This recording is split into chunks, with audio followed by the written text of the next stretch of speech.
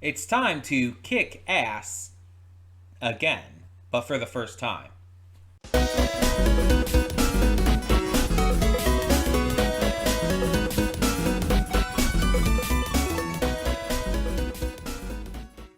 Hey everyone, welcome to Princess of Gay. I'm your host Connie, and today we are here with my blind reaction to Kick Ass 2. And if that cold open confused you, let me explain. So, although I didn't react to it, I have seen the first Kick Ass movie. I saw it a couple times, like maybe the first time I saw it, I think was like a year or two after it came out. It came out in 2013. I think it was like 2014, 2015 when I first saw it. And then I saw it once again, like I want to say like 2016, 2017. I have not seen it since. I I remember the main enough gist about it to be able to get into this without much trouble though. I don't need to like really like watch it again to refresh myself. Um Basically the story is we have this kid who wants to be a superhero, ends up getting a costume made or making it himself. I don't remember exactly. By the way, he's played by Aaron Taylor Johnson, who has since like gone on to be in like the MCU as Quicksilver. He's been in Bullet Train. He's Craven the Hunter. Just a lot of big roles, for better or worse. But he's become a lot bigger of an actor since then. But yeah, he ends up becoming this costumed vigilante despite not having any kind of powers or anything. There's this girl who's played by Chloe Grace Moretz named Hit Girl, and her father played by Nicolas Cage. Hit Girl is just like kind of violent and crazy, I believe. Not like super weird crazy, but like violent crazy. Like she goes all out with that, and with the kind of shit it like was showing her father like training her for, it's like not really surprising, I guess. He seemed kind of unhinged a bit from what I remember, and I believe our main character's friend was the villain in the first one. I can't remember the actor's name. Christopher Mintz? I think it's Christopher Mintz. Um but yeah, he was like he ended up being the bad guy. I think he was like a rich kid kind of thing. And so he like got a bunch of like stuff made from like his father's company or something like that. Again, it's been a while, but I get the kind of gist of it all. And I never ended up getting around to watching Kick Ass 2. I just never did. Um I don't know much about this in terms of where anything goes in terms of story or whatnot. I do know one interesting fact about this. I know that Jim Carrey is in this, and I know that he regrets being in this. Because apparently the character he plays like goes so far against his own morals and ethics and philosophies and beliefs that he actually really hated playing the character and really regrets having done it. It's like one of the few roles he actually really regrets having done. And so that's really interesting. And I don't know much about the character, but I do know Jim Carrey is pretty leftist. So I can only imagine what his character is going to be like in this. Um, but yeah, I believe that this movie does delve more into other like superheroes and stuff. So, or I guess vigilantes is technically more accurate because no superpowers. But I'm very curious to see what they do with this. This is a donation reward for Venom, by the way. So thank you, Venom, for donating for this.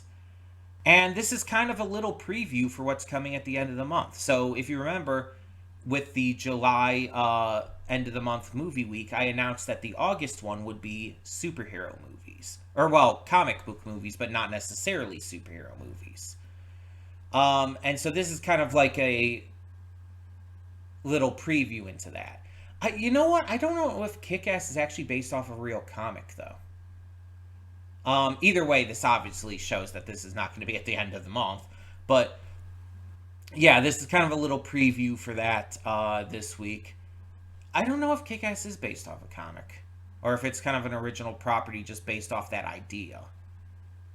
I don't know. But like I said, this came out in 2013. That was 12 years ago. I'm very curious to see what happens here. I'm very curious to see young Aaron Taylor Johnson again. Because it's like I'm so used to him being like, a full-fledged adult at this point and being, suave and cool in these movies. I haven't seen, Kraven the Hunter, but he was great in Bullet Train. He was fantastic in Bullet Train. He worked off of Brad Pitt and the other cast so well. He was so goddamn good in that movie. And on top of it, it's like he was even fun as Quicksilver for as small of a role as it was. Back when Age of Ultron came out, which I think was only a couple years after this, wasn't it? I want to say Age of Ultron was like 2015. Oh, I don't know. But yeah, it's just really, really interesting. Um, but I'm curious to see this. I'm curious to see this, and hopefully, I really enjoy it. Yeah. Let's just get into this before I lose my mind anymore. Trying to figure out what to say. Let's get this started and hope for the best.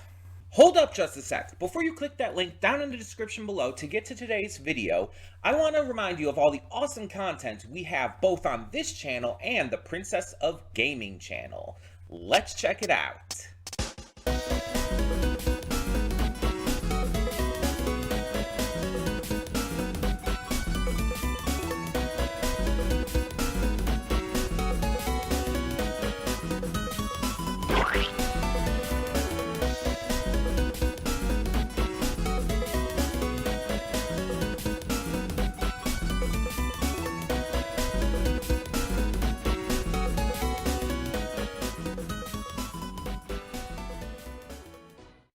And we are back, and we'll begin with spoilers in 3, 2, 1, now. So, I found out that the stuff with Jim Carrey was not exactly what I thought it was. Um, like, a couple months or so after originally filming for the movie, apparently the Sandy Hook massacre happened, and Jim Carrey withdrew his support because of the violence, and especially gun violence, shown within the film. It was because of that more so than it was his character's personality and actions and philosophies or whatnot. Which makes more sense because seeing him in this movie, it's like they didn't actually do anything wrong with him. Like, there was like setup that could have been like, oh, he might be a little bit of, a bigot or might toe the line a little too far, but they actually never went there. In fact, they actively avoided going there by having it like his gun didn't have any bullets in it and whatnot. So they actively avoided that possibility. And that's really interesting to me. But I was like confused watching the movie because it's like, wait, what was the issue then? Yeah, it was just because of the hyper violence and all, which is a staple of Matthew Vaughn's movies. It's something we tend to know him for nowadays. Like after seeing like the Kingsman series and Argyle and whatnot. Though Kick-Ass, like this was much earlier. I kind of almost see Kick-Ass as like a prototype Kingsman in a way. Because the first Kingsman movie came out in 2014, so it was after this. So, either way. This movie was good. Just good. There were a lot of good things about it. Obviously, the action scenes are phenomenal. I even like the developments and depths they went into with the characters and trying to figure out, oh, should we actually be doing this or not? Is this the right thing to do? And, like with Mindy trying to, like, live a real life, but eventually realizing that she can't, but even in the end having to move away because of what happened. And the heroes like kind of like stopping being like costume crime fighters for a while and just doing like good things in real life, stuff like that. But there's also some stuff in this that is just entirely juvenile. The the the sick stick is fucking stupid. It is like puke humor, poop humor. It's like the lowest form of humor. It's not funny. Like, I don't understand how anyone thinks that's funny. And it's like they not only show that in the one scene with the mean girls, but they have to like go through that again and use it on the villains during the big fight. It's like, really? You're going to bring that back for this big epic fight scene?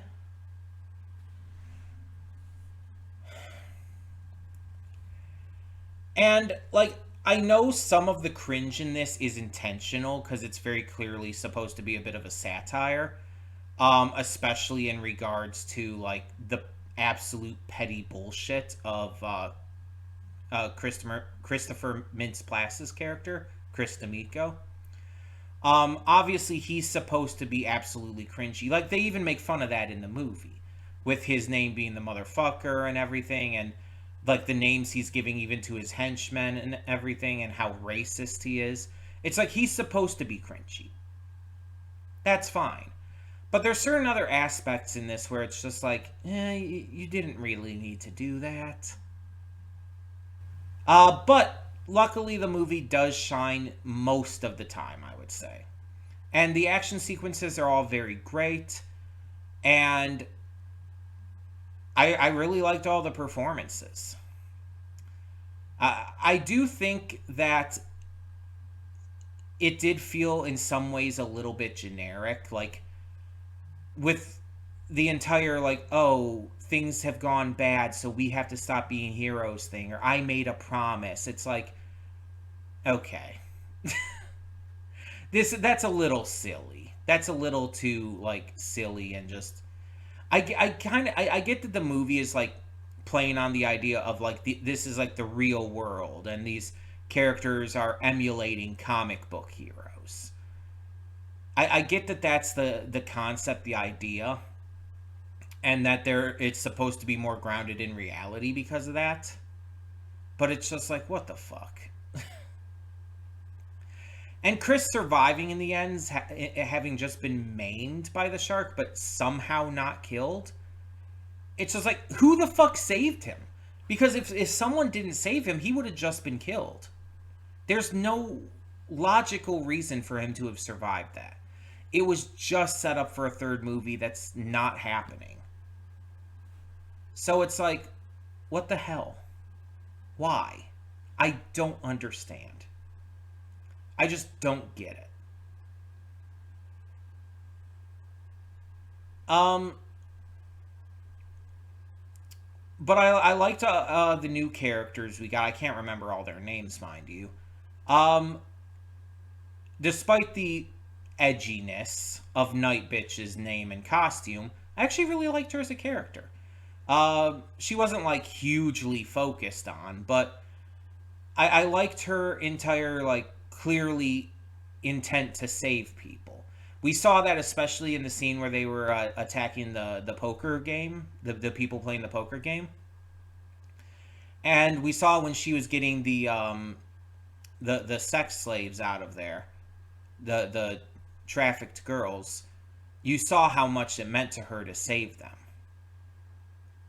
Like it was clearly like expressed with her face. And then you see like other characters who like they have like these wild kind of silly backstories, but at the same time they're nice people and they're cool people and they do succeed. Like there's the one guy who is like constantly attacked for being gay and stuff and has chosen to like stand up for the defenseless. There's the couple who are like doing this in honor and memory of their son who went missing and is presumed dead. All kinds of stuff like that. Um, And I think Dave's friends were kind of a weak link in this, if I'm being honest. I can't even remember their names right now. But the one who's battle guy, um, he didn't add that much. He really didn't. And then Todd, I think it is. Um, yeah, he kind of fucked things up. He kind of fucked up hard, and they just, I guess, are kind of forgiving him in the end. Like with him having like this entire moment with the other guy, with Battle Guy, and he's like, "Yeah, ass kicker," and it's like, are we just gonna ignore the? I mean, I guess they don't know technically, but we know that he's the reason that Dave's dad is dead. It's like, come on. There's just not going to be any consequences for that. Okay. But yeah, when it was good and everything, it really was good. Um, there are some things I wish it focused on a little more. Like with the villains, I wish more than just Mother Russia got focused. Like, don't get me wrong, I am very fine with focusing on Mother Russia. Like I said in the reaction, I have a type, and she was fulfilling it. But I kind of wish the others were focused on too. Like, you had fucking Daniel Kaluuya in this. Like, come on. He feels so wasted here. He's such a phenomenal actor, and you just don't really get a lot of time to shine with him. And I felt like all of the others really kind of felt this way. They were all kind of like minuscule in comparison. Mother Russia's the only one who really had any kind of presence within the villains outside of, Chris himself. Um, I feel like they tried to do maybe a little too much. I think that's the big gist of it. Because having the entire story with the bad guys going on while also doing a story with specifically Dave, a specific story about Mindy, specifically trying to focus on all these other heroes, it was too much for a movie that's like what, an hour and 40 minutes or so. It's like there was just way too much and not enough time to make it all work. That's kind of what all the issues come down to, except, the stupid juvenile humor. That's just dumb. But that's what most of the issues in this come down to. It just, there wasn't enough time for everything they were trying to do in this. And it felt like a lot of characters got shafted because of it. But like with any Matthew Vaughn movie, like I said, he really shines with the action sequences. Those are always fantastic. I really like just especially that final battle, how it was done, outside of the six stick being used in it. Hit Girl's battle with Mother Russia was especially great. It was probably the best fights in the entire movie. Like, because obviously Kick Ass versus Motherfucker wasn't that great. It was kind of one sided. Let's be honest, Chris was really not doing shit. Though I did really also like the fight when they did invade the traffickers' place and everything. Like that the action there was pretty good. Although that was also pretty one-sided. It was also meant to be. It was kind of a beatdown. That was the entire point. Um, but yeah, it's what you signed up for, basically. Like, you look for a movie like this, and you're looking for the cool action, you're looking for the like superhero commentary, and you get all of that. And that's definitely the highlight of this. But it's not a perfect film by any means. It has its issues, and it's going to. Clearly, I said it before, but this is kind of like a prototype to the Kingsman movies in a way, in terms of like, this is where Matthew Vaughn was like kind of getting his footing still. Kingsman, the first Kingsman movie, felt like he had finally kind of hit his stride, and then as it continued along with the Golden Circle and the Kingsman, and then eventually went into Argyle, which is also in the Kingsman universe. It's like it kind of like felt like Matthew Vaughn was really getting his footing together as he kept going. I know a lot of people don't like Argyle. I did. I don't care what anyone says. I thought it was great. But yeah, I feel like he's finally kind of reached that point where he's figured out how to do these movies a lot better. And so with like whatever movies he has coming in the future, I think he'll be ready to make them work better. And if by some miracle another Kick-Ass movie does happen at this point, which, you know, they would have to make a time skip to make that work, considering how long it's been for all of these actors. But if they did do that, uh, I feel like they would have to, like, really mature it up, for lack of a better word. The kind of immature humor that they have throughout this and everything is, like, one of its biggest weaknesses. But then again, if they do a time skip to have them be, like, notably older and, like, maybe have Hit Girl and Kick-Ass, you know, come back into contact with each other years and years later, it's like, yeah, they're not going to be in high school anymore. You can definitely age up the humor and everything at that point. It makes sense. Of course, it also might be a little difficult to get that off the ground nowadays because superhero satires are like a big thing at the moment. Like they're really huge, especially because of Invincible and The Boys. And I feel like trying to revive an older one at this point would be a little more difficult, especially something kind of in the realm of Kick-Ass. I feel like it's just not gonna hit people the same way. But maybe it will happen by some miracle. I don't know. But for now, yeah, this movie was good, like solid 7 out of 10 or whatnot. But it could have been better, and I feel like even if they just made this like a solid 2 hours without credits, not counting the credits, I think that could have worked. I think that would have been a lot better in terms of pacing and whatnot and getting these characters to work. And they really needed to take out the dumb humor. But even with the dumb humor, it would have worked better if they just had more time to flesh a lot more things out. So that all being said, tell me in the comments below, what did you think of Kick-Ass 2? And thank you so much, as always, for tuning in. For now, I'm Connie, and I'm signing off. See y'all next time.